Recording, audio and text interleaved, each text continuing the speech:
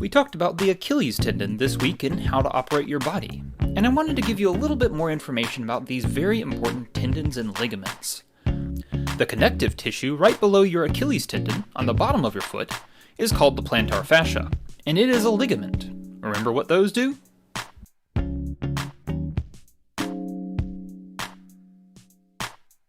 The plantar fascia attaches your heel bone, or calcaneus, to your toes, or your metatarsals. Now, this works with your Achilles tendon.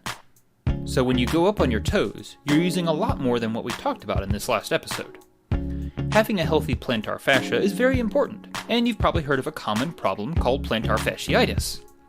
This is when the ligament gets inflamed and degenerates. It can be caused when you stand for long periods of time, or when your Achilles tendon is very tight, or even if you're just carrying some extra weight.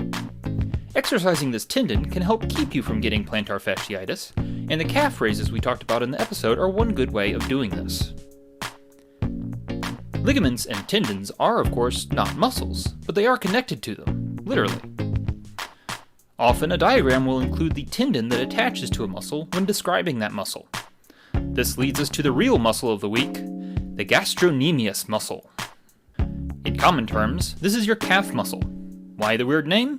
Because doctors love Latin and making up words.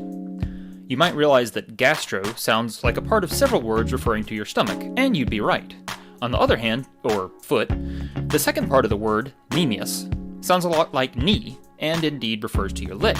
So the calf muscle is the stomach of your leg, because it bulges out like a full belly. Beneath the stomach of your leg is another muscle called the soleus, meaning sandal, because why not? And these two big flat muscles, which some consider one muscle, connect to the Achilles tendon, which attaches to your heel, which attaches to the plantar fascia.